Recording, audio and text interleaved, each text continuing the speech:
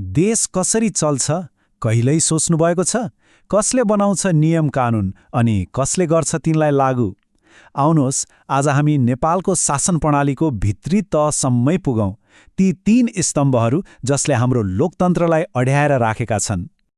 हो, कुनै पनि देशलाई राम्रोसँग चलाउन एउटा व्यक्ति वा एउटा संस्था मात्रै त काफी हुँदैन, होइन र? यसका लागि त एउटा एकदमै बलियो व्यवस्थित संरचना चाहिन्छ जहाँ शक्ति र जिम्मेवारीको सही सन्तुलन होस्।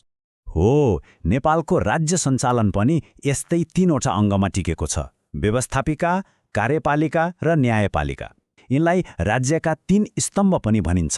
यी तीनवटै आफ्नो ठाउँमा शक्तिशाली छन्, तर रोचक कुरा के छ भने यिनीहरूले एक अर्कालाई सन्तुलनमा राखेर काम गर्छन्। ल, आउनुहोस् एक एक गरेर यी स्तम्भहरूलाई अलि नजिकबाट निहालौं। सबैभन्दा पहिलो स्तम्भ हो व्यवस्थापिका, कानूनको निर्माता।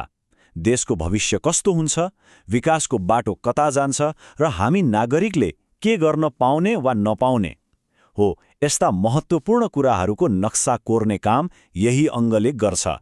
नेपालको व्यवस्थापिकामा 2वटा घर छन्, माने 2 सदन।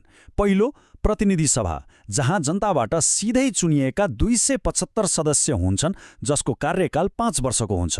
र दोस्रो हो राष्ट्रिय सभा, जसमा 59 सदस्य हुन्छन्। यो चाहिँ एक स्थायी सदन हो जसले कानूनलाई थप परिपक्व बनाउन मद्दत गर्छ। यहाँ सदस्यहरूको कार्यकाल 6 वर्षको हुन्छ र हरेक 2 वर्षमा 1/3 सदस्य फेरिन्छन्। यसले गर्दा अनुभव र नयाँ सोचको एउटा राम्रो सन्तुलन बनिरहन्छ। अब कानून बन्ने प्रक्रिया यो आफैमा एउटा यात्रा जस्तै छ। यो विधेयक नामको एउटा प्रस्तावबाट सुरु हुन्छ। विधेयक कुनै एउटा सदनमा पेश हुन्छ, जहाँ हरेक दफामा छलफल र मतदान हुन्छ। त्यहाँबाट पास भएपछि यो अर्को सदनमा पुग्छ र उही प्रक्रिया फेरि दोहोरिन्छ। दुवै सदनको अग्नि परीक्षा पास गरेपछि मात्र यो राष्ट्रपति कहाँ पुग्छ र उहाँले प्रमाणीकरण गरेपछि मात्रै देशको ऐन अर्थात् कानून बन्छ। ल, अब पालो दोस्रो स्तम्भको कार्यपालिका। यदि व्यवस्थापिकालाई नक्सा बनाउने इन्जिनियर मान्ने हो भने कार्यपालिका चाहिँ त्यो गाडी चलाउने चालक हो जसले देशलाई त्यही नक्सामा अगाडि बढाउँछ। व्यवस्थापिकाले बनाएका कानूनहरूलाई लागू गर्ने र देशको दैनिक प्रशासन सम्हाल्ने काम यही अङ्गले गर्छ, जसलाई हामी सामान्य भाषामा सरकार भनेर चिन्छौँ। यो 25 भन्ने अङ्क किन महत्त्वपूर्ण छ त? किनभने नेपालको संविधानले मन्त्री परिषदको आकारमा एउटा सीमा तोकेको छ। प्रधानमन्त्री सहित बढीमा 25 जना मात्र मन्त्री हुन पाउँछन्। यो व्यवस्था सरकारलाई अनावश्यक रूपमा ठूलो र खर्चिलो हुनबाट रोक्नको लागि गरिएको हो। प्रधानमन्त्री बन्ने बाटो संविधानको धारा 76ले देखाउँछ र यो निकै रोचक छ है। पहिलो मौका त स्पष्ट बहुमत ल्याउने दलको नेतालाई जान्छ। यदि त्यो भएन भने 2 वा त्योभन्दा बढी दल मिलेर गठबन्धनको सरकार बनाउने प्रयास हुन्छ। त्यो पनि सम्भव नभए संसदको सबैभन्दा ठूलो दलको नेताले प्रधानमन्त्री बन्ने मौका पाउँछ, तर 30 दिनभित्र संसदको विश्वास जित्नुपर्छ। र यदि यी सबै प्रयास असफल भए भने देश फेरि नयाँ चुनावमा जान्छ। कार्यपालिकाको जिम्मेवारीको कुरा गर्दा यो विशाल छ। प्रहरी र प्रशासन चलाउनेदेखि लिएर विदेशी राष्ट्रसँग कस्तो सम्बन्ध राख्ने भन्नेसम्म, देशको वार्षिक बजेट बनाउने, कर उठाउने र राष्ट्रिय सुरक्षा जस्ता हरेक महत्त्वपूर्ण निर्णयहरू यही सरकारले गर्छ। यसको मतलब हाम्रो दैनिक जीवनमा पर्ने हरेक प्रभावको पछाडि कतै न कतै कार्यपालिकाकै भूमिका हुन्छ। र अब हामी आइपुग्यौं तेस्रो र अन्तिम स्तम्भमा, न्यायपालिका अर्थात् न्यायको रक्षक। यसको काम कानूनको सही अर्थ लगाउनु, संविधानको रक्षा गर्नु र सबैभन्दा महत्त्वपूर्ण नागरिकलाई न्याय दिनु हो। जब व्यवस्थापिका वा कार्यपालिकाले आफ्नो सीमा नाग्न खोज्छन्, हो न्यायपालिका नै हो जसले उनीहरूलाई रोक्छ। संविधानको अन्तिम व्याख्या गर्ने अधिकार। यो एकै वाक्यले न्यायपालिकाको अपार शक्ति देखाउँछ।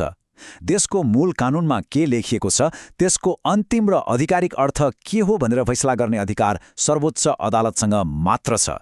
यही शक्तिले यसलाई अत्यन्तै महत्त्वपूर्ण बनाउँछ। नेपालको न्याय प्रणालीलाई एउटा 3 तले पिरामिड जस्तै सम्झिन सकिन्छ। सबैभन्दा तल छन् जिल्ला अदालतहरू, जहाँ प्राय मुद्दाहरूको सुरुवात हुन्छ। त्यहाँको फैसलामा चित्त नबुझे न्यायको लागि माथिल्लो तह अर्थात् उच्च अदालतमा जान सकिन्छ।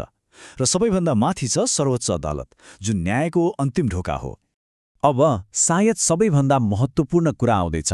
यी तीनवटै अङ्गहरू शक्तिशाली छन्, तर कुनै पनि एउटा अङ्ग तानासाह नबनोस् भनेर शक्ति सन्तुलन र नियन्त्रणको सिद्धान्त अपनाइएको छ। यसको अर्थ के हो भने हरेक अङ्गले अरू 2 अङ्गहरूमाथि एक किसिमको निगरानी र नियन्त्रण राख्छ, जसले गर्दा शक्ति सन्तुलनमा रहन्छ। ओ, यही हो शक्ति सन्तुलनको असली खेल। हेरौँ है त, संसद अर्थात् व्यवस्थापिकाले गम्भीर गल्ती गरेको खण्डमा प्रधानमन्त्री वा प्रधान न्यायाधीशलाई महाभियोग लगाएर पदबाट हटाउन सक्छ। अर्कोतर्फ न्यायपालिकाले संसदले बनाएको कानून वा सरकारको कुनै निर्णय नै संविधान विपरीत छ भनेर सिधै खारेज गरिदिन सक्छ र सरकारले न्यायाधीश नियुक्ति प्रक्रियामा भूमिका खेलेर न्यायपालिकामाथि केही नियन्त्रण राख्न खोज्छ। यसरी सबै एक अर्काको शक्तिले बाँधिएका छन्। अन्त्यमा देशको सुशासन र भविष्य यिनै 3 अङ्गहरू बीचको नाजुक सन्तुलनमा निर्भर गर्दछ। जब यो सन्तुलन कायम रहन्छ, लोकतन्त्र बलियो हुन्छ, तर जब यो सन्तुलन बिग्रिन्छ, प्रणाली नै खतरामा पर्न सक्छ।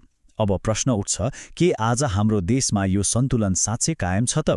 यो प्रश्नमाथि सोच्नु सायद हामी सबैको लागि जरुरी छ।